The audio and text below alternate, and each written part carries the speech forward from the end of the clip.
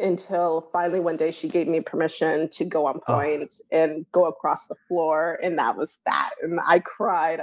It was great. I felt beautiful. All those years that I spent my childhood were the watching boys looking at you? ballerinas.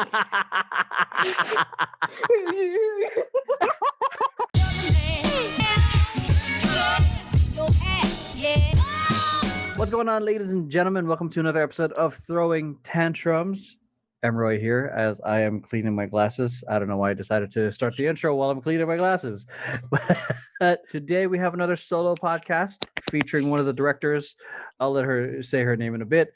But yeah, well, the purpose of these podcasts is the solo podcasts is for you guys to get to know the dancers a little bit more beyond the dance and beyond the group dynamic that we have. Because as much as fun the group podcasts are, it's kind of like, we kind of riff off each other. We kind of really go into discussions with one another without really an opportunity to dive deep into the single person, which I think is the important part of the dance company. So, which is why I'm doing the solo podcasts for everyone, including myself, which might be coming out sometime soon. But we'll see how that goes. But yeah, I'll let her introduce herself a little bit about how she. I don't know. We'll start with the basics: name and your involvement with tempered chocolates. Oh my God. I'm Krystle Vergara, and I'm one of the directors. My role is logistics, and yeah, that's about it. I give off a lot of love for the team and help wherever I can. And she deals with my bullshit half the time. Which is a job in itself entirely. That is a whole nother role on there. That's Maxine's That is a title. requirement. That is a full requirement.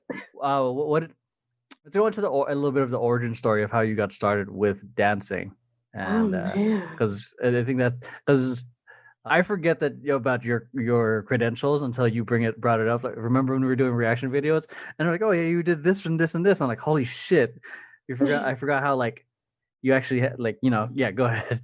I have a history. It's because I took such a long break with dance that it got to the point where I didn't seem like a dancer at all.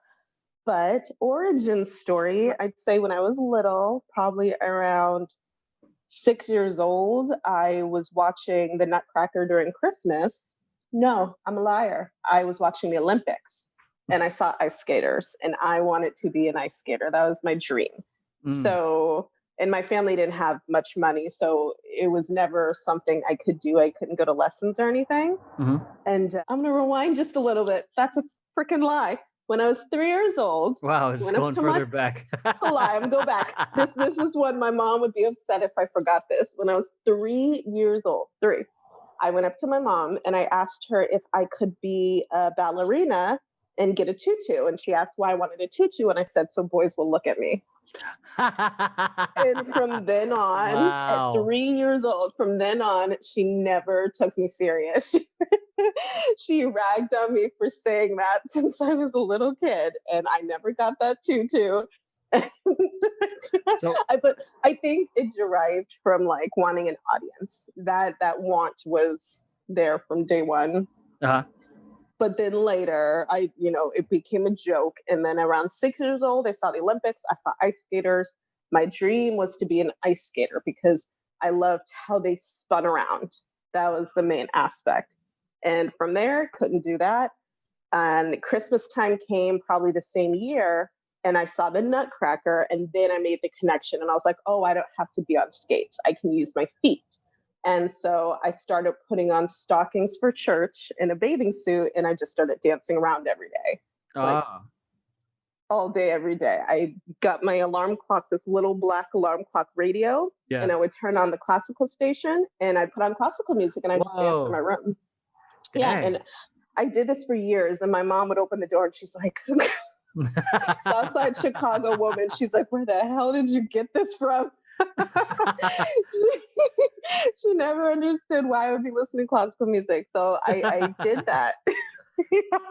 I pretended I was a ballerina for so many years until middle school. I finally tried, I went for the basketball team. I was on a softball team. I was on a soccer team. So then it was all sports. And my 8th grade year, the high school dance team came to recruit and they performed for us, for the middle schoolers. And that was it. I saw them dance and I was like, I'm auditioning my freshman year. So I auditioned, and when I auditioned, I had never in my life taken a dance class. Not one. I'd only watched what I saw on TV, and I practiced where I practiced at home. Okay. But I never took a class. So I auditioned and I made it. And from there, we started to compete, and we did UDA, National United Dance Association competitions. And we lost every single one until maybe halfway through my freshman year, I started watching Janet Jackson concert videos on VHS to teach myself, because we weren't really learning anything at school. We were kind of teaching each other, and the blind can't lead the blind. Yeah. We didn't really have a coach or anything. So shit. I started, and that's why we were losing. And so I taught myself bit by bit on VHS tape her whole Rhythm Nation tour. Whoa. I play, pause. Yeah, I taught myself everything, every dance move. And that's what happened. It kicked it off. I went back to rehearsals. I taught my members dance moves. And within that same year, we won first place at a UDA competition. Jesus. And we trained hard. Yeah. That was a huge turnaround. A great testimony of is it possible to learn how to dance without having having access to it, like going to a studio. And then, and for those of you who are listening or watching, when she's saying play pause, she's not talking about YouTube, talking about VHS tapes. So that's exactly what I used to do with Usher. I would have and I loved my neighbors when we got this one VCR when the feature had a slow-mo option, so I can go, so you can watch everything frame by frame. I'm like, oh, that's how he's doing this one move. Yeah, and it's crazy because in this, how long did it take for you to learn the whole Rhythm Nation thing? Oh my God, I binged it. I danced for hours, so maybe a weekend or a week, like a weekend and maybe a few days into the whole, week. The whole thing. That's all I did. I was that was your friggin' intensive, man. I was a teenager, and I couldn't stop. I couldn't stop it. So I started, and back then my brain was sharp and I could retain. I was hungry. So I did it from morning till night, and then I do the dances, and my mom would pass by and be like, "Thank God, finally." What do you mean? She was just like, she's not listening to that classical music anymore. She listens to that classical shit no more. Seriously, she was so relieved. She was so relieved.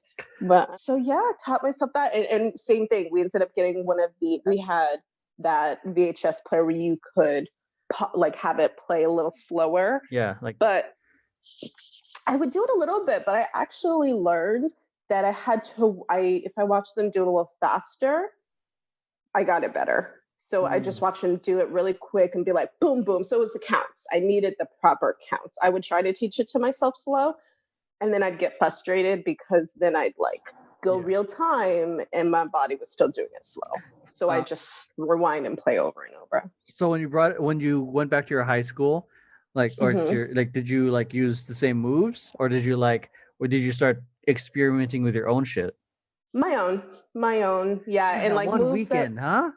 I mean, moves that were popular during that time too. What was it? There was Harlem Shake and the Crip Walk and Lord, all of that. So it snowballed really fast. And after that competition, our school recognized us. So they offered up more money, and then we were able to actually get a real coach and choreographer. Oh, wow. She helped us out completely. Amanda, she was phenomenal. And from there, we had a coach for the rest of my years. And but it was a very competitive style, almost like cheerleader. So my part was to bring in the urban essence that we had. So it started there. We did that. And then partial way through high school, when I was in 10th grade, we went to my first intensive ever, which was with Off the Curb, which, if you grew up in New England, Off the Curb was the dance company, the urban dance company that danced for Missy Elliott, P. Diddy, everybody. Yeah, they danced for everyone. They were always on TV, opening all shows. So this was a huge company. And when I went to the intensive, it was all day. My first time ever going to any dance class was the #1 dance company in our state's intensive. Wow. So it was like my world bursted open. And I remember crying. I remember taking the first class early in the morning and I wanted to vomit. I was exhausted and I just started crying because I was so happy. I didn't know that this existed. I didn't know this style of hip hop existed. And I went through all day, and the owner of the company, if I can recall properly, she pulled me aside, and there were hundreds of dancers there, hundreds. Yeah. But she pulled me aside and she said I should consider coming to audition. Oh. So that was, yeah, it was, I couldn't believe it. So I told my mom, and here my mom is, a single mom who doesn't make a lot of money, but she looked up the company and she was like, this is happening. And she committed herself to driving me 1 to 2 times a week for over an hour. So any one day she took me to a lesson, it was a 2 to 3 hour drive, even in the winter, even in the snow. Jeez, that's like a drive to San Diego. Yeah, she did this. She did this because she took me to one class because I begged and I cried. Because after that intensive, I was like hooked. And my coach took us to that intensive as a field trip. She wanted us to get a taste of like another style of dance. Yeah. So I begged my mom. She took me after one class. She was like, you're made to be a dancer. And she dedicated herself to taking me. It's freaking cool that she like went all in into supporting you with that. It was huge. Yeah. She was all in. And she was that mom who would like take a nap on the couch while class was going on. Yeah. So, or she'd take the class sometimes herself because she was a dancer back in her day. But eventually she tried with me. I wasn't ready yet. When I was a kid and I was doing my classical stuff, pretending I was a ballerina, she tried to teach me pop and lock, but I wasn't getting it. Like my brain wasn't making the connection. I didn't want to hear that music. It was all about being a pretty little ballerina. So I should have tried harder when I was younger. That's kind of what I'm like expecting with Jordan too. Like, I try to show him a little bit of, some breaking, but he is where he is at this point. He's probably not as interested.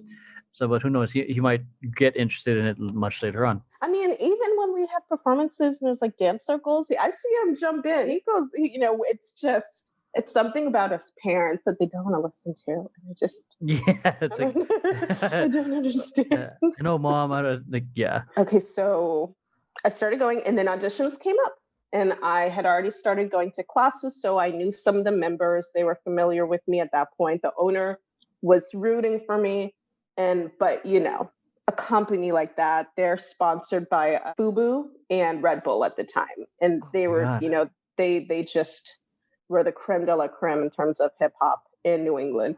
So she wasn't going to go easy. And the audition, there were so many people. It was like you'd see at Millennium, there was a line around the block. Yeah. And I auditioned. And at the very end of it, I left. And there was a certain day they were going to call to say if you got on. Mm-hmm. And this woman waited until the very last day, the very last hour. I was already crying because I thought I didn't make it. And then she called and told me I made it. Shit. And I fell out because this meant going on tour. This meant, getting special permission from my school to miss school to get to be with this company. Like, it was a big deal. Wow. So yeah, so I did it. I got on, my family celebrated, my school celebrated. When I got to school, there was a cake for me there saying congratulations and like balloons. Yeah. Yeah, what the fuck? It was a big deal. Supportive ass environment, sounds like. Yeah, it was amazing. Very extremely supportive. Dude, growing half my friends would have been like, their parents, the Asian parents would have been like, the fuck is this dance shit? The fuck? I know. But with the competitions, they were so big. And then it was like, I ended up, my team voted me as captain. So I was captain after 10th grade. So usually you don't become a captain until you're a senior. So they were just, everyone saw my progress immediately. Yeah. And everyone was just so happy to see it develop. And so I toured. I rehearsed insane long rehearsals. We were known for having over an hour-long shows where it was nonstop. There were no breaks. We'd go off to the side. We'd do a quick change in the aisleways, and we'd come out and bust it out for the next piece. How many people were in the company? It was about 15 to 20. There was a youth company and the regular company. Okay. So there were two versions. And I finally got my VHS tapes. I'm going to put them on DVD. So I'll pull some of the stuff out soon. But the shows were always amazing. We always filled up whole venues. And I did have to miss a bit of school for it. We performed at nightclubs. And of course, I was not 21. So I'd have to get special permission, or my mom would chaperone the shows. And it was really amazing. So that's what kind of changed everything for me. And to wrap it all up, finally, by my senior year, we were still winning. My high school team was undefeated, #1 New England champions. Mm-hmm. And by my senior year, I trained hard enough with my team and with that company off the curb that I won a solo UDA competition. So I was not considered, #1 best hip hop dancer in all of New England is what the title was, being a #1 UDA champion for New England. Shit. So that was a big deal. Fox News came to my school, did an interview. I was on the front page of the Boston Globe. It was a whole big deal. And then I started helping out with the Patriots football team, doing solo events for the Patriots. And then I moved to California because that was it. That was the next thing. I was like, I've done it here. Like, I've done everything. Wait, so touch on the whole Patriots thing. How'd you get involved with them? Mm-hmm. Oh my God, I don't know. I have someone. You just showed up. Came to me by the offer came to me by a parent who, I guess, somehow worked with the events, and they needed dancers, and we were the New England champions, so it only made sense that the New England championship dancers led the New England Patriot events. It was kind of like a no-brainer. Like, this is what we had to do. Yeah. So, and that's what we did. So we did their auction events. So they'd have themed auctions where they'd have dinners, and we would be dressed up in costumes, like whatever the theme of the event was. And I'd literally walk around with diamonds on, and I'd have security. I'd have security on me, and I'd walk around with diamonds, and I'd dance. And I'd just dance around all these people. And then if they wanted to bid on the jewelry I had on, they put their bid in the basket, and I'd just keep dancing. And then we'd perform. It was like dance motivators. We'd dance on the dance floor. They're like light up dance floors or on the stage. Like some of the gigs that Brandon and I have done. Mm-hmm. And but it was for the New England Patriots. And then except at a cooler scale, at a much cooler gig. Yes. So the next step was to dance for the dance team. Yeah. For New England Patriots, and but I didn't want to go to college there. I wanted to come here. So that I let go of that offer, and I came here. You're gonna dance with the New England Patriots. Mm-hmm. In order to be there, you had to go to school. Yeah, I mean, because I was gonna go to college, and I wanted to go to college here. So I moved. Yeah. So I came here for college, and then I was invited to dance for the Clippers. Clippers. I was invited to be a Clippers dancer here. Excuse me. But my mom at that point was like my manager, basically, after everything happened in high school and how that unfolded. Yeah. And knowing I was moving to California, she lined up an audition for this company called Disruption Dance. Before I even flew to California, the audition was, I think, the same day I flew. The same day I landed in California, my mom had it lined up for me to audition for this company. Shit, man. So it was intense. She was intense. So that's what support looks like. And it's not always, like, it can get very stressful, because there was even a time in high school where I showed her one of my solo competition routines. Was she judging it hard? No. I did it for her. She looked at me and she was like, that's it. with a straight face. Oh, man. That's it. And I went upstairs and I cried and I cried and I redid it. I re-choreographed it. I called up my friend who was editing my music. He fixed all the timing. And then I competed the next day and I won. So it was good. It was great. But, that's the tough part. Like, because I feel like, there's the parent and then the manager. I feel like it would be hard because, I would want to be supportive. I guess it just depends on what the kid needs at that moment. Yeah, for me, I never excelled in school. I never really excelled in my academic portion of school. So my mom kind of looked at it and she had to talk with me. She was like, if this is what you're going to do and you're going to support yourself growing up into an adult doing this, then you need to do this. She's like, if not, you need to drop it and you need to work harder on your schooling. It was either or. And so, not that she was giving me a pass to fail or anything, because I did still have to work hard and graduate and get into college. But she was like, if this is what you're going to do and you want to actually have a career with this, then you can't just be playing around. You need to give this your all. Yeah. How old were you when you guys had this talk?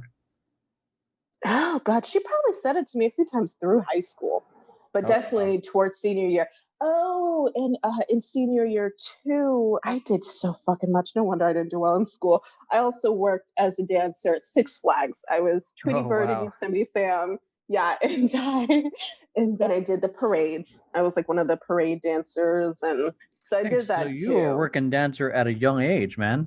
Yes, I was paid. I was a paid dancer. Were you paid for Off the Curb too? Oh my God. Oh, it's so long. I'm pretty sure. I'm certain I received pay for some of the big events, but nothing that, I would remember because we performed a lot of shows. How many shows? Maybe my mom even probably kept it.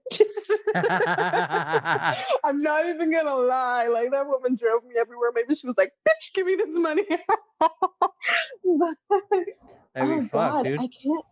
I honestly can't remember. I'm certain I did. But I was so young. I was one of the youngest members on the company. Yeah. So I can't even fully remember. Nothing that made a significant difference in my day-to-day life.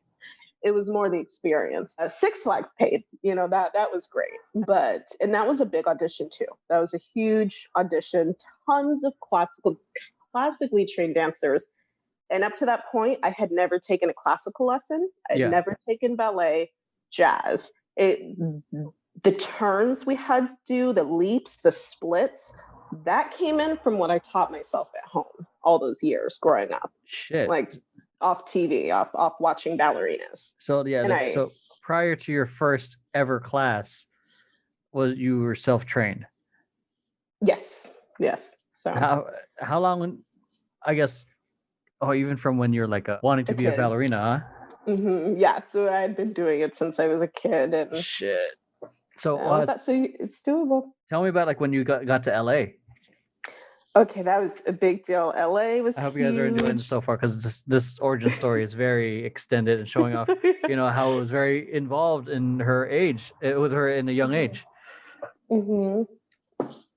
Yeah, the bulk of it all happened growing up and teaching myself, and then allowing that to help out with the school team and the company.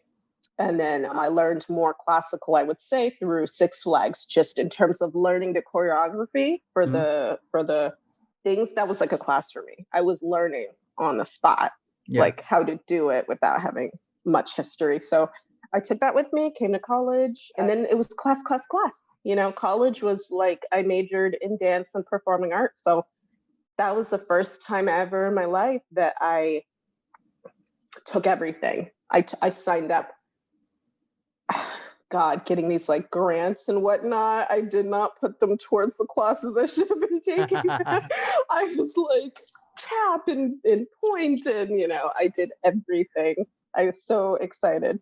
So I danced a lot. I did make it onto that dance company Disruption that I had auditioned for. Mm-hmm. And this was California style hip hop. This was not New England, grimy, you got surf style hip hop. This was not that. And I had a dream of actually being a crumper because of the company I was with. It was very urban. So I witnessed a lot of crumping in my time, and I wanted to be a dancer with Tommy the Clown. So when I moved to California, oh my God, Tommy the Clown. That was my dream. That was my goal, was to be a crumper with Tommy the Clown. So Disruption was not that. It was that hip hop. It was very intricate and more like the other collegiate style, like the where like Brandon and I come from.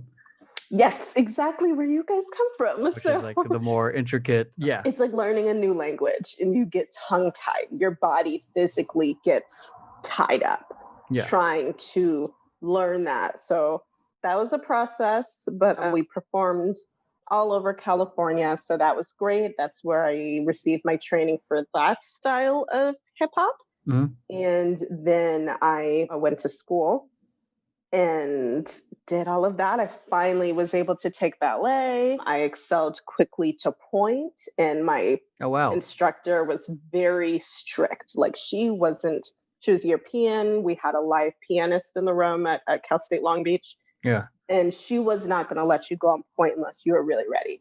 So maybe I overdid it, but I practiced a lot at home. I stretched my feet all day, every single day. Like I did as much as I could until finally one day she gave me permission to go on point and go across the floor. And that was that. And I cried. I ran home and I was like, Mommy. For some reason I thought you were going to set me up for like an injury. Like, no. Okay. It was great. I felt beautiful. All those years that I spent my childhood watching. Were the boys looking at you?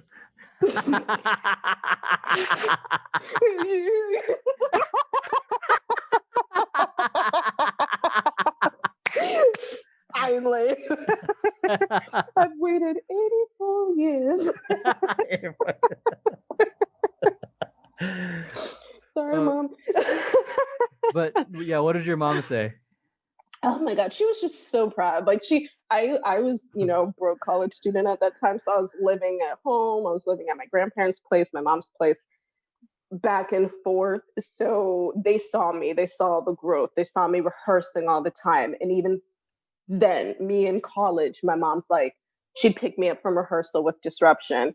And she'd be like, I hope you remembered that choreography. I hope you're going to go home and practice. And every rehearsal, she'd have me show her. In my college years, this is in my 20s. She'd be like, bring the music. And she'd bring me to the living room and have me do the routine. And if I forgot, she'd be like, Krystle, you can't be forgetting. I was like, damn it. Yeah, she was holding you to a level of excellence because she knew if this is going to be your career, like you can't be like, half-heartedly getting shit done. Yeah, so it's about like, we get it, making sure that whatever you're pursuing it at the highest. Yes, exactly.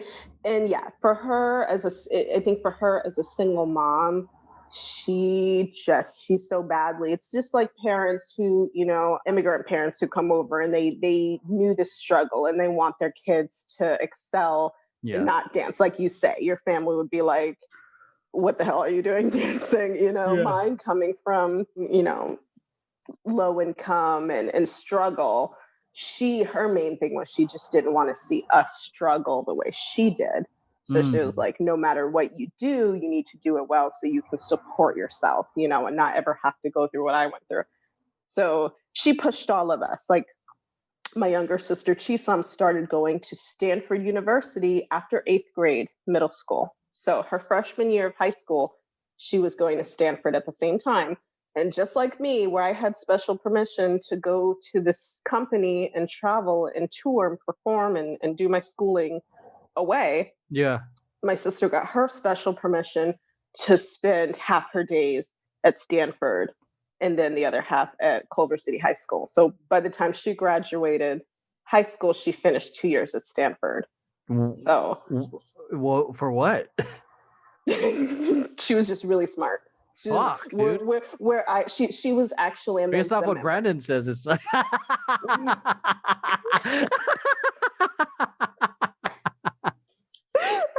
no, but smart people like that, they don't have the street smarts, it's book smarts. So it's like some things we'd be like, how are you a G? Like she was considered a literal genius, and she'd be invited to the White House every year to represent some of America's most intelligent children. Oh shit. But then she'd ask us questions about like gravity, and I'm just like, what? Yeah, I'm like, how do you not know this? You know, and if she didn't learn it in a book, she's not gonna know. That's what I mean. Like, what is she a genius in? She's I guess you call it a prodigy. So anything she picks up and reads, she retains.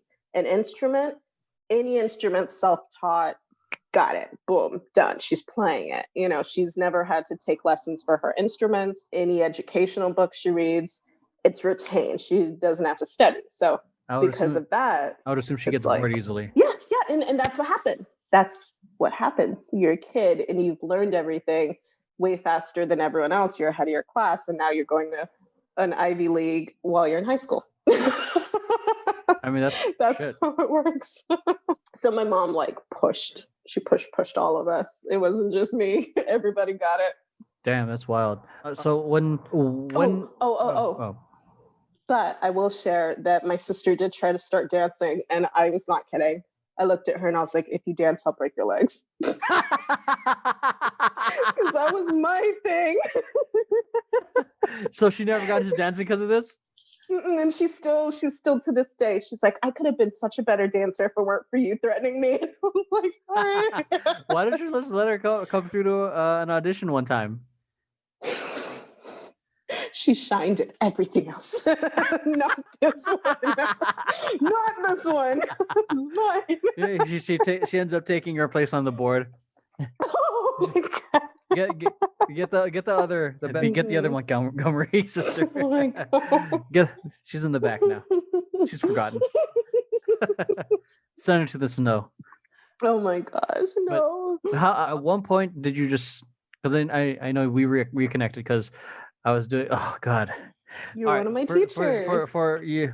Yeah, that's true. Like I taught you back in 2006 as a guest because my friend Chewy, just for you guys, like how I met Krystle, I was a guest teacher instructor for her class because one of my friends and past members of FanBiz was invited me to teach, and I taught a stupid hard piece that I thought was really hard for the class. But anyways, another reason why Krystle joined Temper Tantrum was because I had a project happening, and Krystle just straight up fucking messages me. He's like, "Hey, I want in. How do I get in?" and I'm like, "All right, I just sent you like the info." I'm like, she's not gonna actually gonna fucking do it. She's not gonna actually try to learn on her own. I'm like, because little did you know my history.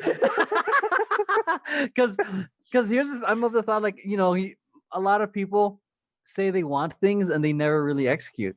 And so like 99% of people just like they just say they want to do it, but they don't want to put in the work. And then the following rehearsal, she's at the fucking studio. I'm like, fuck, she was serious, and she actually got it. I'm like, fuck. I guess did the same thing. Not gonna lie, I did it slow motion, and I taught myself, and I did it in the mirror. And one vital thing I forgot in high school too, so that this is like a, for anyone out there, you can do it. During high school, while I was dancing, I started to notice that I had heart palpitations. So we were forced to do physical annual checkups for school. Yeah. So during my freshman year, I also found out that I had holes in my heart, and it was hereditary. I got it from my dad, but I didn't know. So whenever my energy level would go up too high, I'd exert myself too much, my heart would start to palpitate or skip beats. Oh, shit. And my doctor was like, if you go too hard, you could be one of those people who just drop dead. So I wasn't allowed to do any dance shows or any competitions with my company I was with or my high school without having special permission from my doctor. She'd have to give me a full physical, listen to my heart, and give me permission. So all through those years, in order to perform, I had to have permission. Shit. And so eventually the holes closed. I didn't have to have surgery. So now it's like, go. Oh, so it naturally, okay. I was about to say, do you still have them? Because No, with age, it gets better. It gets better with age, but whoops. Yeah, if only everything else gets better too. Such an asshole. But at what point did you because prior to you messaging me, you had stopped dancing. So at what point did you stop? Yeah. Was it gradual, or was it you're like, I'm just done? It was a very quick. I danced with Disruption Dance for a number of years, and I went to school and I did it. And then there was one huge show, and I had been working so fucking hard. And I got an email, or there was a comment about me doing more training, more classical training. And I was like, okay, I'll go do that. And I left. I was like, bye. It was like a snapping moment, because I burned the candles at both ends. I was working, I was in school, I was with a dance company traveling. And I think I had 2 jobs at the time. So 2 jobs with the dance company and in school. I didn't drive, so I was taking hours of public transportation every day through Los Angeles. I did this for years, and I just snapped one day, and I was just like, I want a regular job. I just want to make money and just. Oh, you're just over it, huh? Yeah. It really snapped. I was like, I've given this my all, and I felt like it wasn't good enough at the time, and I got in my feelings. But I joined Disney. So actually, that one, I took my sister to audition for Disney. I just took her as a chaperone, and she was really nervous. And I was talking with someone in the waiting room, and they're like, you should audition. You should go for this. And I was like, no, I just want my sister. And she was like, no, come on, please. Like, I've spoken to you. Come do it. And so I did it. And then I got the job, and she didn't. So that was So I was like, I don't want to dance anymore. Then it's like, Disney. So then that's actually what took everything over for the next. I was with Disney for about 5+ years. And that was that. I was doing commercials. I was hosting shows. I was hosting events, tons of events, teaching classes, doing volunteer work and working sales at the same time. And it was an amazing time. It was an amazing couple years with Disney. It was like life-changing. So I wasn't dancing, but I was still performing in a sense. So I was happy. My needs as a performer, as an artist, were being met that way. And then I started teaching again. So I wasn't dancing myself. I was teaching a children's dance company. Oh my gosh. I coached at a middle school for a dance team, Paul Revere Middle School. I coached for a year there. And then I worked as a dance teacher for ages 3 years old. And I have to plug the company soon. I don't know how I forgot. It's been years. It's been so many years. But so I did go back to teaching, and that was amazing. But I wasn't dancing myself, and I missed that. So I worked as an instructor for a while. And then I found you, and I was like, I want to do that. Wait, how the hell did you find out about my thing? I wish I could remember. I'm sure you posted something on social media, and I saw it. And I think I rehearsals. I think I might. And I'm thinking about it. Yeah, like I was like, looking for dancers who can do locking or something like that, or something. And I had already become a mother, and I really, it was sad for a long time. I was like, I'm done dancing. I might teach here and there, but even teaching doesn't earn enough of an income to support myself. Yeah. So I started going back to school at Cal State LA to get a new certification so I could do that. But I missed it. I think something clicked, and I was like, no, I want to keep dancing. Like, I can't not dance. So thank you. I probably would have gone insane. Well, I mean, I was surprised that you actually showed up. So I was mildly annoyed. Oh my God. Why is she here? Yeah, I was like, what the fuck? Man. I said lockers. I'm just I mean, you did it well enough to blend, which is why I put you in the back. Pretty sure I wasn't always in the back, okay? Yeah, no, you weren't. You're like in the second line at some points. Oh my gosh. But what do you call it? So you were there, and since the whole beginning of this whole project. I guess I'm curious to hear your, not project, but now company. What was your perspective from seeing how it was to how it evolved to now? Seeing how it was in the beginning until now? Yeah. Oh my gosh. I did not imagine this. Let me just say that, because I'll just be very honest. We were performing and it was great and it's very happy-go-lucky, but I had still wanted more. I was telling myself, before I get too old, I want a taste of what it's like to be in one of those videos, one of those cool videos I see everyone doing on social media. You know what I'm talking about. If you're a dancer, you know what I'm talking about. So I was like, I want to be in one of those high production quality videos, cool lighting and effects. And I want to just, how do I do that? So I started going to Mark's classes, and I started talking to him about auditioning for, and so I think I remember telling you, like, I might audition for FanBiz. So I had started dancing with you, but at the same time, I was very ready to take that next big leap and really start pushing myself and going back to all-nighters, all-night rehearsals. I was about to say, like, you're a mom. That is and you're an adult, like, because like some of the competitors, I mean, there are a lot. Obviously, a lot of them are adults, but you're an adult with a lot of responsibilities. An adultier adult. An adultier adult. Like, so where, like, some of the members were like in college, like you're like, you have a kid. So it's just a job. And a job. So it's very different where, like, in terms of managing your time. So I remember kind of giving you a heads up that there would be a lot. Like, yeah. But I was ready. I was ready to do it because, all I told myself was like, I've gotten this far. I'm dancing again. If I don't experience something that I want this much, I'm going to regret it forever. I'm going to always spend my days wishing, Oh, yeah, one of those. But then the pandemic happened and everything stopped. And, we had already decided to become a company, which was amazing. And what did we do prior to that? We were still performing. I think our shows at Universal started to amp up in a way that I started to let go of the idea of even auditioning for FanBiz, because I'm like, you know what? This is a lot. Like, we're doing a lot. This is becoming a lot. We're becoming our own family. This is filling my cup more than the idea of competing would be, So I was getting a lot of joy from that. And I was like, you know what? This is enough. These videos we have performing on the stage is something I can show my grandkids one day and be like, yo, grandma had it. Like what she was doing. She's in the back somewhere. Damn, bless you.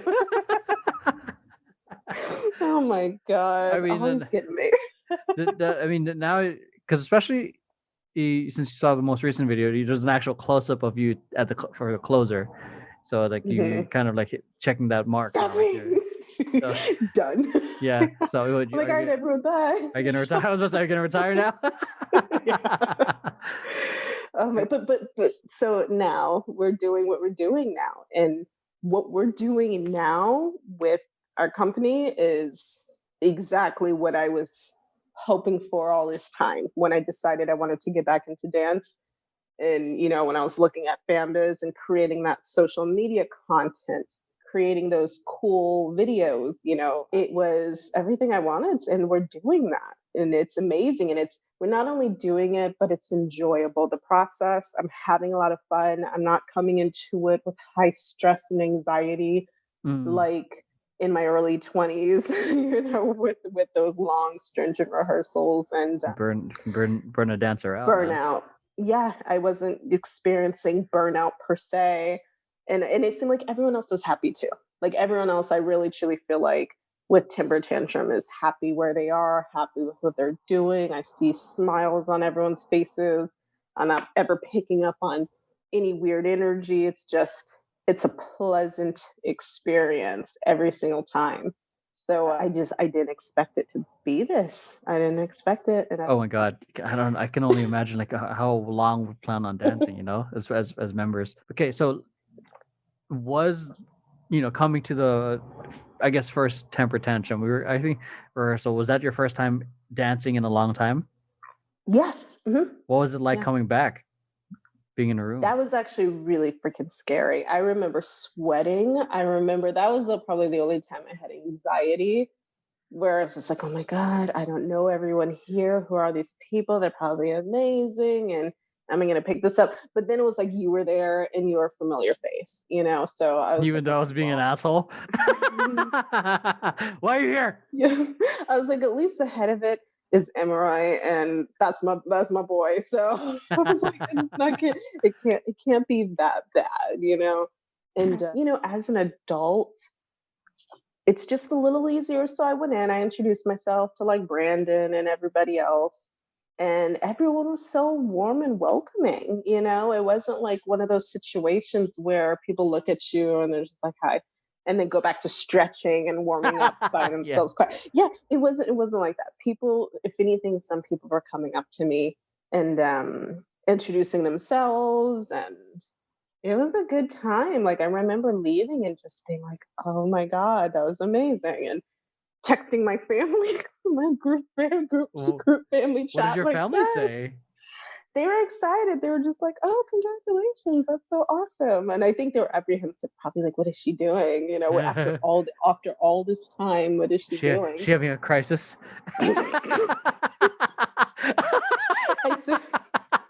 I send them a video and it's just me by myself in a room. They have an intervention the following day. Hey, Krystle, you're not dancing. You're not on tour anymore. But yeah, it was okay. So, so some of the people that were part of the original project didn't stick around because obviously they can't stick whatever priorities, and respect to him. Fuck you guys, Richie, Rika. Just kidding. Love you guys, and Lauren. But like, what made you?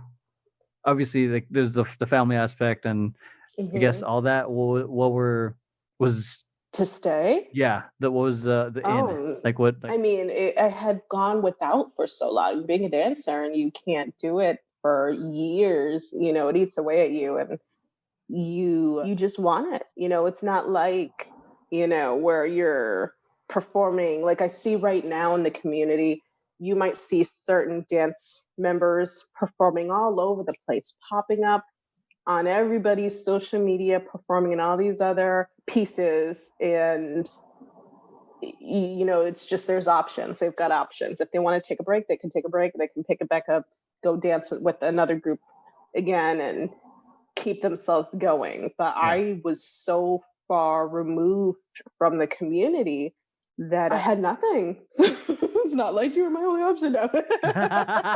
Damn, that's okay. No. I see how it is. No, not at all. I'm gonna text the board right now. But I had a higher appreciation for what I was experiencing. I think that's what it was. I didn't, you know, to me, it wasn't like a dime a dozen experience. It was like this, I see it and I know this to be an amazing experience, and I know this to be an amazing opportunity. And this is something I ought to stay on board with. And so what happened? And that's why I stayed. And, you know, I went so long not dancing, so I was very rusty. Mm-hmm. And so now I'm just spending this pandemic like working out and working on my flexibility again, and, you know, working on my stamina. So when we do kick back up, can, you know, really enter back in and level up with everybody.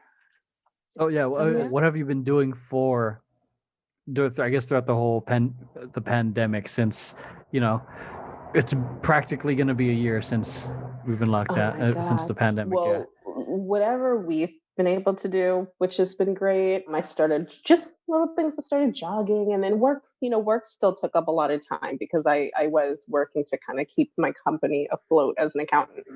And I went to school for HR, but I suck you in. Okay. But more recently, I started doing Insanity, just a 60-day program, just to get my strength up. And that's an intense program, dude. I'm going hard. So that's that. And I'm going to start taking, I started looking up, I want to take classes again. And so, you know, when everything does open back up, I'm so ready to just actually start taking classes and reworking on myself, because now I see that there is no limit. There is no, oh, I'm in my 30s, it's time, my time's up. No, I can absolutely keep going. I can keep enjoying myself. I can keep developing my skills. So I've decided to prioritize that for this year. Like, no more like, ooh, I'm doing it, I'm nervous, I'm doing it again, this is so exciting. Now it's like, okay, no, I'm doing this and I'm with a company and we're all supporting each other, and I want to push myself to be the best that I can be for everybody as well. I'm going to start training again and like really going to classes and really up my skill set. So let's see what happens. So yeah, it's not like, so it's not so much of like, I'm like the like, yay, excitement, but now it's like the commitment of doing it. Yeah. Yes. Yeah. Oh my God. So as I guess one of the directors of Temper Tantrum, what do you kind of envision seeing happening for yourself with the company? Or even these sound like such interview questions, like for a position. But I don't know, I'm curious because I know what I want. But like I'm curious to hear what you would want for yourself and for the company. For myself, I want to be more in the know, again, because I was so removed for a period of time. I want to be in the position where I know who's who, what's what, where's where. So when there's an opportunity, just go on TikTok. Right now, no. So when there's an opportunity, I can help manage things like quickly. I want it to get to a point where we can provide work for our dancers like that. I know something's coming up. I know of this person who's planning a showcase, or maybe I know they need a like Brandon. Yeah, like very, he's always on top of things, always in the know. So yeah, he's like connected in the industry. Yes, yes. I'd love to know more, and I see us really doing what we're doing, but on a greater scale. I see us creating amazing content that fans enjoy. I see us creating content that fans look forward to seeing, like waiting for our next passion project. But then I also see us booking paid gigs, like, commercials, or in having our members get to go and do that. So yeah, I feel like there's a lot of promise for Temper Tantrum, and we're on the right path. It really seems like. So yeah. I mean, unless someone gets greedy and then I have to kick them out. I'm just kidding. Yeah, I mean, definitely that's a huge part of it. Like, I forgot who I was talking to about this. Oh, I was talking about this with Maxine on the Awkward Tea Party podcast. Make sure you guys listen to that. No, like there is a bit of a part of the vision is us touring worldwide. That'd be. Oh my God! Like, I didn't imagine that, but that's huge. Because like obviously we're like we based off like what I shared with you guys, like we're still in phase 1, but like touring with the people you love is fucking cool. Traveling with people you love is cool.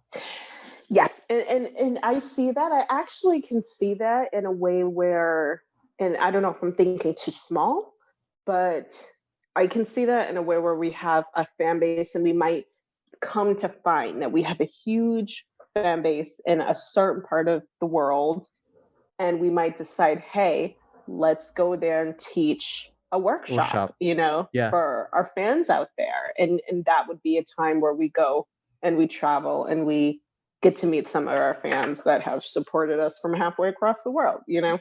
So that's yeah. I mean, that goes to us being in phase 1, which is the brand building or the platform building. But like because you saw the streams, I have like a lot of the people there. They're asking for us to come perform at like Tokyo or in fucking Poland. We're not big yet. I mean, we'll probably if we go, but like that just shows like promise of like some interest. So I would love to do that. And like that is something where I'd get my own ticket just to get out there and get to dance somewhere new. Yeah, I want them the dancers to experience what it is to tour.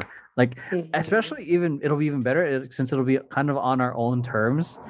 Like like it's us. I think the stressful part would be like the director. If we were booked by a artist or something and had to Yeah, like for at least for us, we would manage to schedule. The directors would just have to make sure we're obviously I think we're pretty good at scheduling, but passports and all that stuff. But that's who knows how long that's going to be from now. With yeah, who knows? But I definitely see that, and I've got tons of friends who I've known who created massive fan bases in different parts of the world and go and teach, and like it gets to the point where things become even more affordable because they have free stay, they've gone so many times that it just works out. So I see how it happens, and where there's like supply and demand and people want to see you and want to learn from you. It makes it that much easier because they might put you up in somewhere since you're there to teach at that local studio or, and I could absolutely see us doing stuff like that. I think that would be amazing. Yeah, and then after that, like probably like phase 4 or something, or for phase 5 or whatever, like would be because the super long term would somehow make Temper Tantrum into like a regular company, entry level dancer, junior level dancer, mid level dancer, senior level dancer getting paid entry level like a regular job. Yeah. So, yeah, that's just like shit. I'm like, I would be excited for us to do it, but that's like 10-20 years into the future. But we'll see. I mean, I don't think that long. I don't think that long. Who knows? Yeah, like but I mean, we managed to get funding within the first year, and I said we would get it in 3 years, and we got it in the first year. Exactly. Yeah. So yeah, fuck, dude. Here's one thing that that kind of just came into mind because I was recently editing one of our members. She hasn't been able to dance with us because she refuses dancing in the middle of the pandemic. So much respect to her. But Amanda Carmassi, I think she shared some experiences like on her perspective as a woman, like that things that she didn't know. If I'm making sense, like were there situations or what is something that you wish you knew as a dancer, as a female dancer, prior getting into any of this work? Because I feel like, especially since this was brought in the middle of like a whole bunch of, people being called out last year in the community, if you saw that. So I'm like, I'm curious to hear that on your end. I'm just, because the only reason I'm bringing it up now is because I was editing her podcast. I'm kind of curious to hear your end. I wish that I knew that we had the space we have, that we have a right to our place in the community, because when I first came here, everything in my mind was like, I'm a female dancer. I have to have this bit of about me. I have to have the sex appeal. Because the first company I was with, we were hip hop. Yeah. We did have guys, but we ended up kicking all the guys out and we made it an all-female crew. And yes, we did hardcore hip hop, but we did it a lot of times in lingerie, and we did like hot import night car shows and, and I really stepped into it having this feeling as though I had to look very provocative, and I'd never get to be one of those guys who were just, wearing normal clothes and doing what they do, you know? And if I saw a crew that had too many guys, I'd be like, oh, they probably don't want me. I probably fit because I'm a woman and we have this image about us. And so that was a thought that was in my mind early on in my early 20s. And I'm really glad for other dancers now because of social media. I'm glad that they can see that now you can audition for this and join that and work towards any of this, if you really want to. But back then it was very much like, there's no place for me there.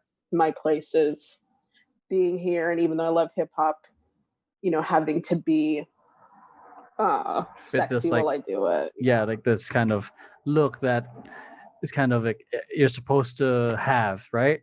Mm-hmm.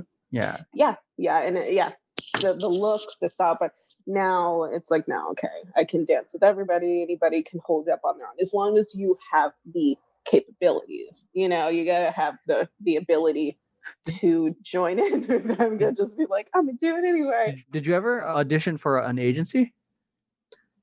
No, never. That was never a thought. I was with that company and I put all my time in there. I was in college. And then the biggest audition I had was for Sierra at Millennium, I think it was. And I got to the finals in the auditions. And I got up in front of her. She called me out, had me come up in front of her, in front of the table. And she asked me to do like a 50-second or something like that solo. She just wanted to see me do more. And it was for a hip hop music video. And she wanted like twerking and stuff. And I did ballet. I did ballet. So that was it. She was like, thank you. I did like turns and everything. And she was like, thank you. And I left. And that was that. And then I auditioned to be a jerk. You know, jerking back in the day, like New Boys. Yeah. You auditioned for New Boys? I got it. Shit. I was set to go on tour with them. You know that little boy that danced with Chris Brown? That little boy back in the day that was like always killing it. He was one of the dancers with us. And yes. And that was like a big old deal. Yeah, I remember meeting him with Culture Shock. It was really good locker for his age at that time. Yes. So I did that. I auditioned. I got it. We started rehearsing. And I was all ready. It was New Boys and Baby Dolls. And then funding got pulled for the tour. Oh, shit. So, yeah. So I never even went on tour. But I got the experience of the rehearsals and all that. And that was it. I managed myself as best as I could, and then just let go of everything and went to work. Went with Disney. And that was that. Damn, you know, I think everyone, a good chunk of the Temper Tantrum, especially the youngsters, are going to be blown away with the amount of fucking experience we just dropped in this fucking hour. Just on the origin story. A long time ago. Yeah. I mean, and that just comes to show how much you can get done in your 20s and your teens, your early 20s. Like, by the time you get to your 30s, it seems like it was a world away. Unless you were like on tour steadily through all that time, you know, you can get a lot under your belt, and then you can take a break, and then you can jump back into it. That's true. I mean, because 2004 to 2012, I was in charge of FanBiz. So and then Daddy Duties came in, and then 2017 I came. 2016 I came back. 2016 2017 season was my last season, and then that was like my closing off season. Yeah, it's crazy, like how it just feels like a decade ago. Just feels like, I don't know, a lifetime, because like I look back, like half the friends majority of the friends I hung out back then, I don't hang out with now. Yeah. Things change. And another thing I'm going to add to that, being a woman in the industry, please, female dancers, understand, becoming a mother does not change anything. Like, becoming a mom, I felt like I was really done, and my time being a dancer was over. That was that. But it's really amplified. You know, you can make a way, and then it's even more special because your kid gets to watch you dance, and then they might soak it up too. Yeah. But that was a thought. That was a thought in my mind. Like, oh, I'm a mom now, and I've got all this responsibility. I don't have time to go to classes, and no, do it. Keep dancing. You can do both. I even hear of people delaying having kids, or, because they want to be a dancer. It's like, no, you can have both. You can do it. It's doable. You can do it. Yeah. Yeah, I know Nappy Tabs, Napoleon and Tabitha, they're like huge industry choreographers. I remember when she first had her kid, she had the little baby carrier? She was teaching while having the carrier. So, I mean, that's like, if you don't have, being a mother or parent doesn't mean you have to sacrifice what you love. Because it sucks for the kid to see, I think it's a parent's dream to see the kid watch their parent pursue what they love too, because then you get to be the example of what it is to pursue your passion, and for them. Yeah. For Nora, when she was a baby, when I was a coach at Paul Revere Middle School, she was in her stroller. She was under 1 year old, maybe like 5-6 months old. And I was bringing her to rehearsals, and I'd sit her up in the stroller, and I'd have all the dancers do their across the floors to her, to the corner. And like, oh my God, the dancers loved it. They would spot on her perfectly. And then she would just giggle, like seeing the dancers twirling and getting closer to her. Like, it was a win-win situation. So like, I guess, because you and I are the only parents, really? In the company. Oh my God. So like, what's like, So I guess what's it like being a parent and a dancer at the same time? Amazing. It's amazing now. Or even to expand on that, how do you manage your time? Because I feel like that's the conversation many parents have, like time for kids, time for this, Mm-hmm. That's a big one. I honestly, a lot of the time I have Nora watch me practice and she loves to do it. If I need to rehearse, I'm like, do you want to watch me practice? And she's like, yeah. and it's in that I would turn rehearsal time into like a dance party. So I'd crank up the music and we'd both dance. And she'd just do her own thing dancing and I'd practice. And sometimes she'd try to retain what I'm doing. But and if she didn't care, then she'd just go do her own thing. Yeah. But if you bring them into it, if they're interested and you make it like a fun experience, then you kill two birds with one stone. It's like, oh my God, I'm tiring her out. Yeah. I'm spending time with her and I'm practicing. You're tiring her out. That's the important thing for parents, putting them to get them tired to sleep. Exactly. So that is amazing. Rehearsal times, that's the one thing. You got to just make sure you have either a babysitter or family. And that was a huge one. When I first started, before we formed into Temper Tantrum, like, man, that was like some true dedication to wake up, drive her, from South Bay all the way over to my mom's in Beverly Hills to be baby, for my mom to watch her. Jesus, or like, man. My sister, like I always made sure a week in advance I had her and I had a backup option just in case something fell through. Yeah. Pack up the lunchbox, pack up the toys, the tablet, make sure everything's ready to go, drop her off, head to rehearsal, rehearse, go back, pick her up, and then go back home and then get her ready for bed and do all that. So it's you got to be dedicated for times like that. And that's if like you don't have a partner at home that's gonna like just watch them. It's just that her dad would be working during that time, doing like evening news or something.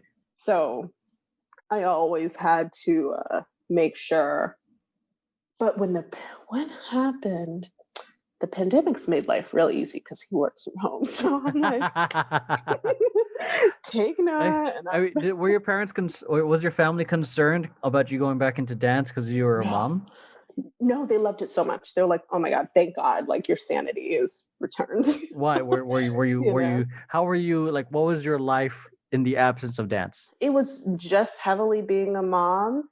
And I didn't really have a sense of self. I was just like, I was unhealthy. Number one, I had a huge issue with my weight fluctuating.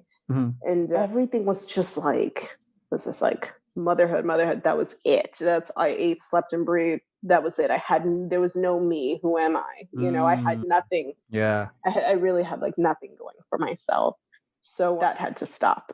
So they were very, very excited when they found out that I was starting to not just teach dance, because I was still teaching, but that's teaching. I'd go, I'd teach, come home, done. This was like, for me, I'm dancing because that's what they've known me to love doing my whole life since I was little. Yeah.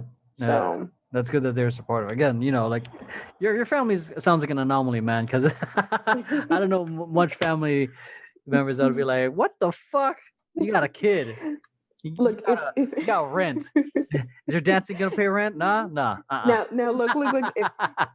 If I said that I was quitting my job to dance with you guys, then that would have been an issue. They would have been like, what the hell are you doing? But knowing that I was still working, knowing that I was still working and I was just making the decision to manage my time, that was it. And they offered their support. They're like, when you have shows, like, let us know. We're here to support you, to help make it easy. And that was amazing. So that helps a lot if you have family around when you're a parent. That's made all the difference. Although in the end, I think I started to feel guilty, even though they probably love having her over. I ended up hiring a babysitter, and I would just, so basically I was paying to dance with you guys at one point because I hired a sitter I just to cut time. Did you feel like you're just taking advantage of them? Yeah, like that. And it was just, I was so tired of doing the back, like driving one Oh foot yeah, off, Beverly drive back, Hills take a from the South Bay is fucking, and then to wherever we were rehearsing. hell. And San Fran, like, yeah, it was hell. It was hell. It wasn't horrible. I enjoyed it because it made me happy. It wasn't like it wasn't like something I'm like crying in the car doing. Do you cry going to work? No. Oh yes. Absolutely. I might wake up and be like, I don't want to do this. I'm sorry if any of my employers watch this. No, I love my job, but it can be stressful. But no, it's everything I love doing. But it was like, okay, if I can afford to do this, if I can budget it, I'm willing to cut back elsewhere to have a sitter come to my house, watch my kid while I go to rehearsal, or while I go dance with you guys because we started to party and that was amazing, or while we have a show. Oh my God, when we would hang out outside of rehearsals. Yeah, and then you got that. Just to let you guys know, they initiated that. They started hanging out on their own, and I just tagged along. So much.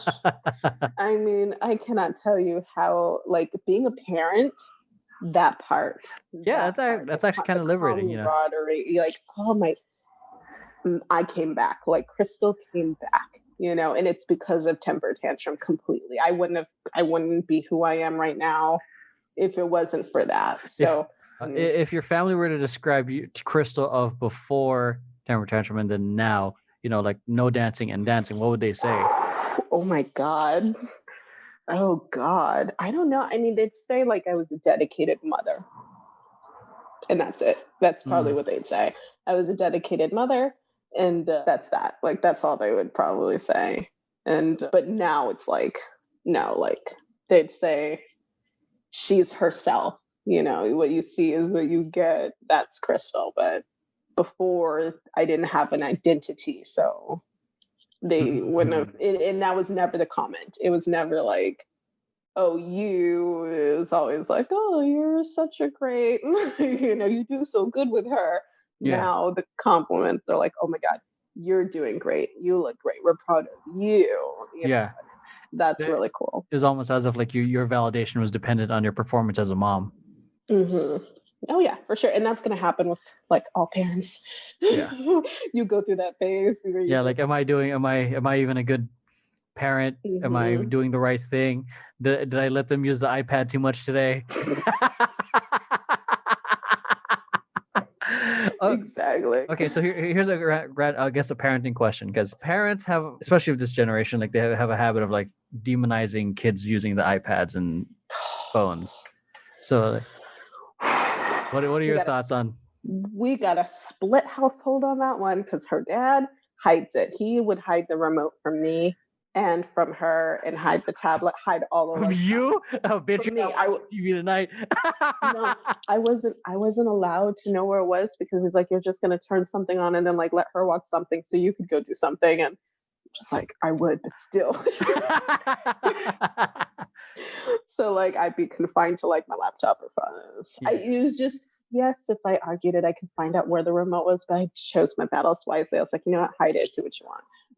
But for me, no, I don't care. You know, I feel like, yes, I have her watch it at a distance because I don't want her vision to get impaired. Yeah. But she's such a bright child. You know, all of our kids, this generation is so bright. And I feel like a lot of that goes towards what they learn on their iPads. There's books, there's games, there's educational videos. She does yoga. Like, she knows more yoga moves than I know because she's been doing children's yoga on her tablet since she was little, you know? Uh-huh.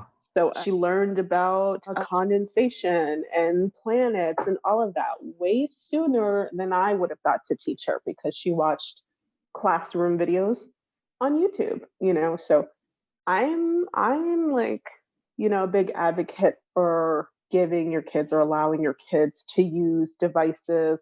I feel like it's their right. It's their, you know, they were born into this era of technology. Yeah. It's their birthright to know how to work it. Yeah. And if you take that away from them, I feel like you're just holding them back. And it's, you know, if you don't want your kids having technology, fine. But when at some point they're gonna, enter the world. They're going to go to school and they're going to be sitting in front of a computer, and there's going to be a lot more that their classmates are going to know how to do if they were allowed to use computers and, technology earlier on. So I feel like, unfortunately, if you're against it, you really honestly could be holding your kid back education wise.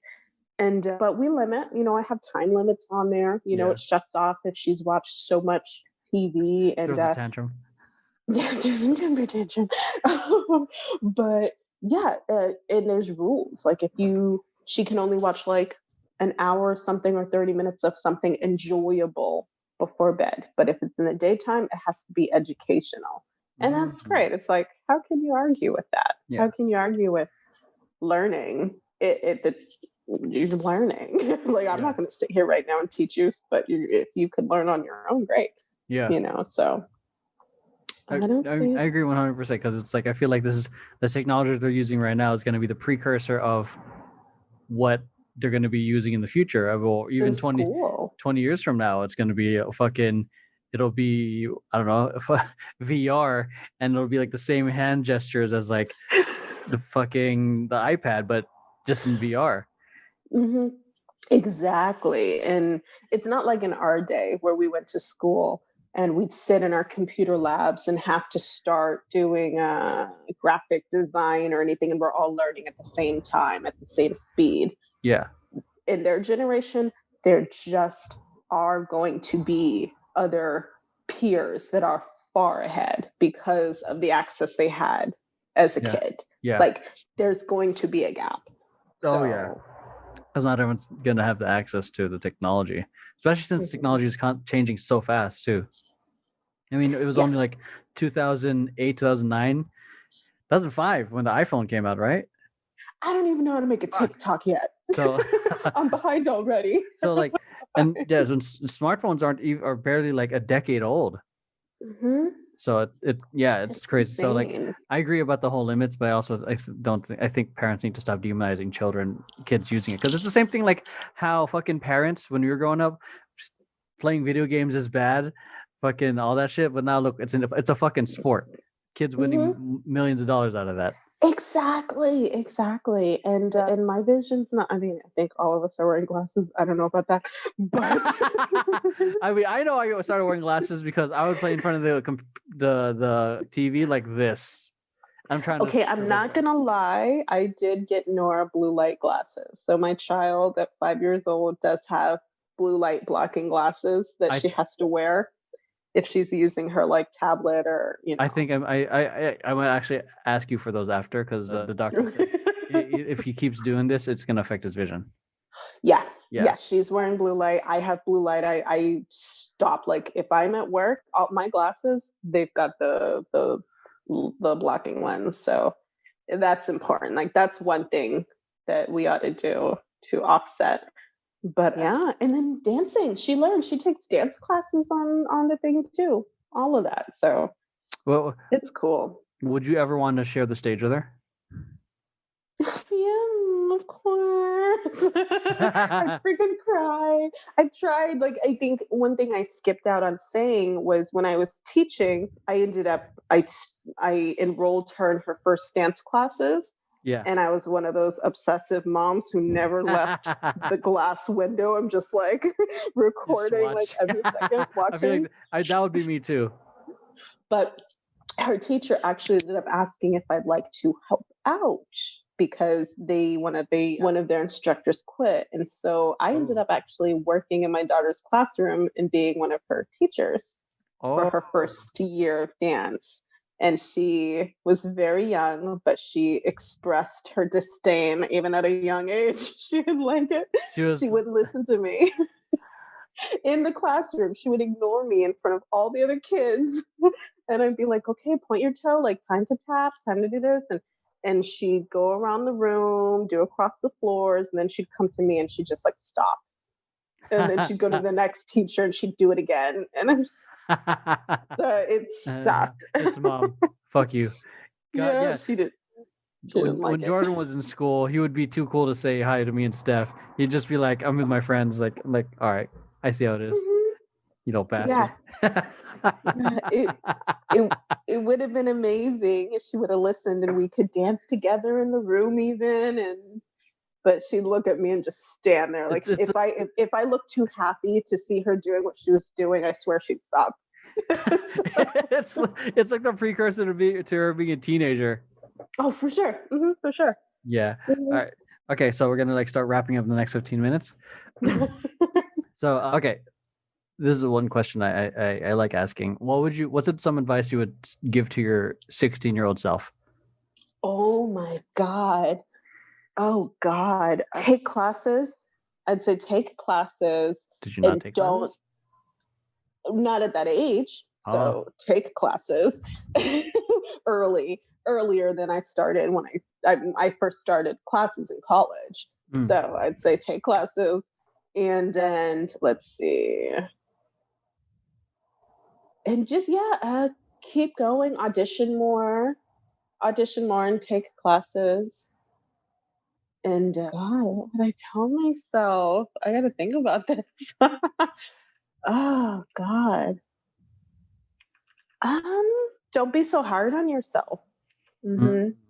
I tell myself to definitely not be so hard on myself, and maybe don't work so hard because at that time, 2 jobs, full school schedule, and a dance company. I burnt myself then all the time. So maybe like take it easy, keep taking classes, and give yourself a break. It sounds like you've been working. Good. And don't stop dancing, but yeah. It sounds like you've been dancing, and doing everything, like working 2 jobs and dancing since you were a kid. Mm-hmm. Yeah. I mean, when was the last time you actually had a break?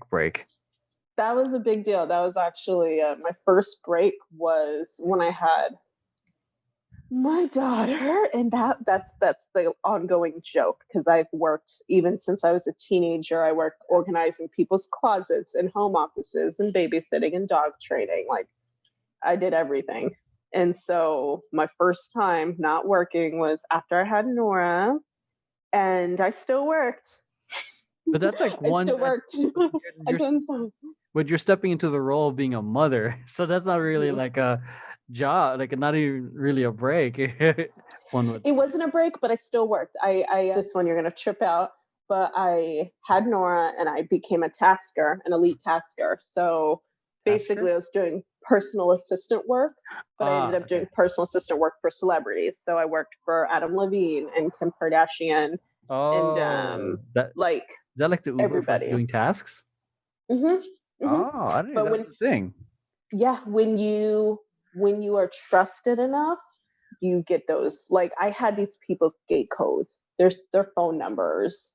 Like it got to the point where I was scared. I wasn't open about what I was doing to the general public because I had personal information to all these, CEOs and like banking information, even people's keys to their homes. Jeez. Like Victoria's Secret models. Like it was a lot of work and it was a lot of pressure. Some of the time I could bring Nora. So Nora got to experience some amazing things doing this. She got to go to some amazing places. People would give her gifts. Like it was a cool bonding time, but I kept working. I never stopped. So when that job got to be too stressful, because like being a personal assistant is a lot of work and very demanding, and people who earn that much money live in an alternate reality. So, they do.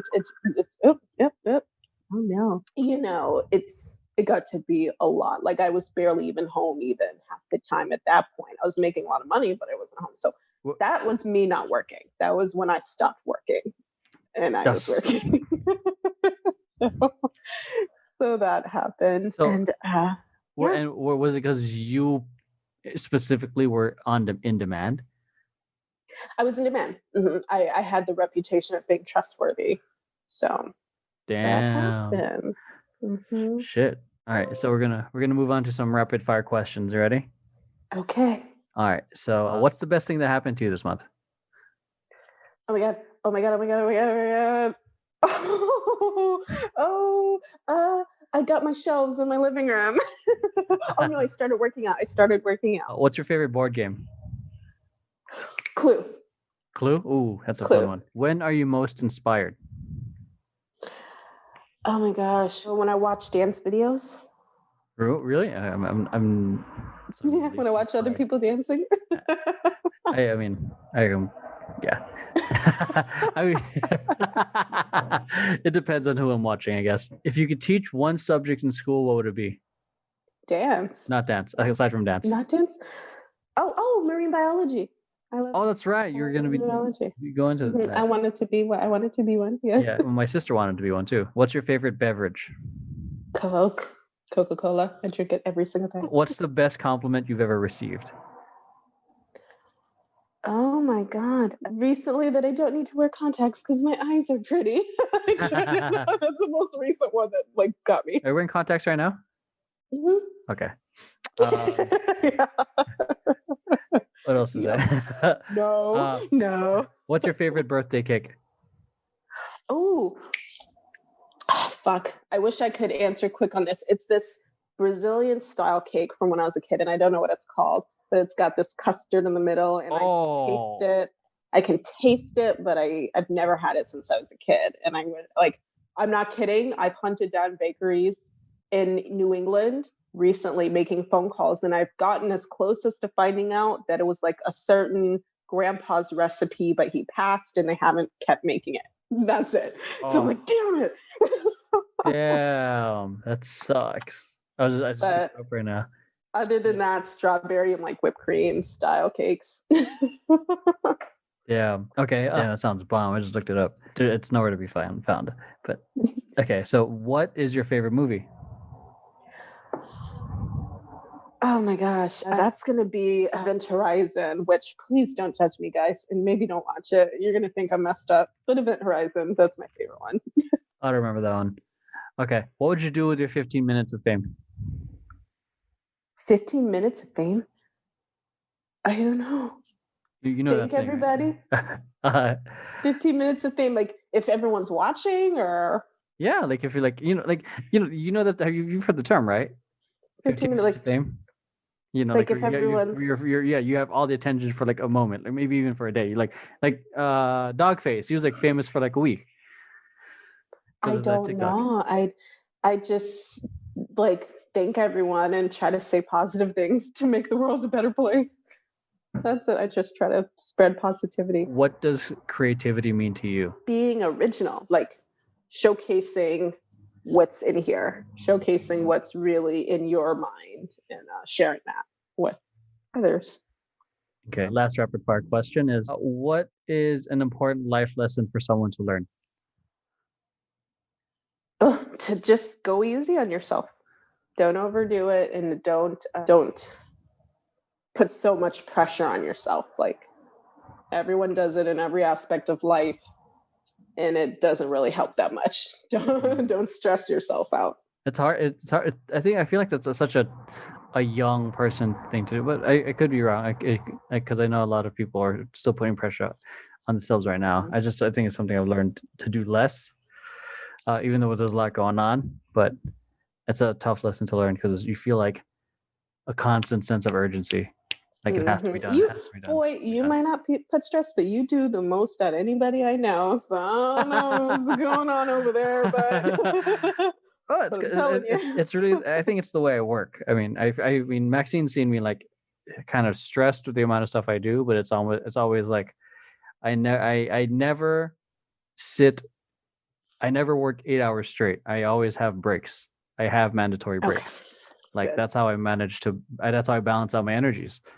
That's why I do the 1 hour focus, 30 minutes break, because then I get 30 minutes to work out, 30 minutes to dance, 30 minutes to take a nap. It's structure. Because then it's the equivalent of working out. You can only do so many bicep curls or pull-ups until it gets detrimental and it stops helping. Exactly. And you have to do the break in between sets. And this is honestly one of my most productive days. Today was really, really, really productive. So that trailer I made for you guys today for Temper Tantrum, I made that in 20 minutes. So you can see it in like, I want to learn. Teach me the way. So yeah, I mean, there's a lot of stuff I think I would like to teach Temper Tantrum, but it's like there's a lot. Okay, two other questions to start wrapping up the podcast. Not rapid fire though. The first one is, what would you want people to say about you when you're gone? Oh God. She was a bitch. That she that I left a positive imprint on their lives. That's that's something that I hope everyone can go with saying, that I taught them something and left a positive imprint. That's it. Okay, so this next one is it's called The Three Truths. It's inspired from a podcast called The School of Greatness, and I think it's a really good question. And this is not a sponsored podcast, but I just really like the question. Those are in case you guys are listening. Okay, so you're on your deathbed. Oh God, so heavy. And all your body of work is gone. No more videos. Nothing written. Everything I worked towards. Everything you worked towards is gone, and you can only share 3 pieces of advice or share 3 truths to help someone to become successful. What would those 3 be? Oh my God. To help someone become successful, I'd say take your passion seriously. Put time and effort into your passion. I'd say give yourself structure. And so follow your passion, have structure, and save money. Please save money. All right, cool. So that's it. So where can people find you to connect with you and follow you? You have an OnlyFans or something? Look here. On Instagram at, Krystle Darling. Krystle, KRYSTLE _darling, DARLING on Instagram. So you can DM me if you have any questions, anything. I'll be there. All right. So that is it, ladies and gentlemen. Hope you guys enjoyed today's episode. Make sure to if you like this episode, make sure you hit like, subscribe, share with friends who you think might enjoy it. Give Krystle a follow, show her some love. We're most likely going to be doing like a second round with all these dancers, because I mean, a lot of this podcast is really just scratching the surface of where they are, because I didn't even get to talk to Krystle about, how she got into flipping houses and becoming a millionaire. Yeah, so she's not a millionaire, but she knows how to flip houses and all this stuff. So, which is, again, the purpose of it is to get to know the dancers beyond just dance. So, but anyways, links and everything are going to be in the description down below. We appreciate you guys for listening and watching. Please stay safe, take care of each other, and have an amazing night, evening, morning, wherever the heck you are. Love you guys, and we'll see you guys in the next episode. Peace out.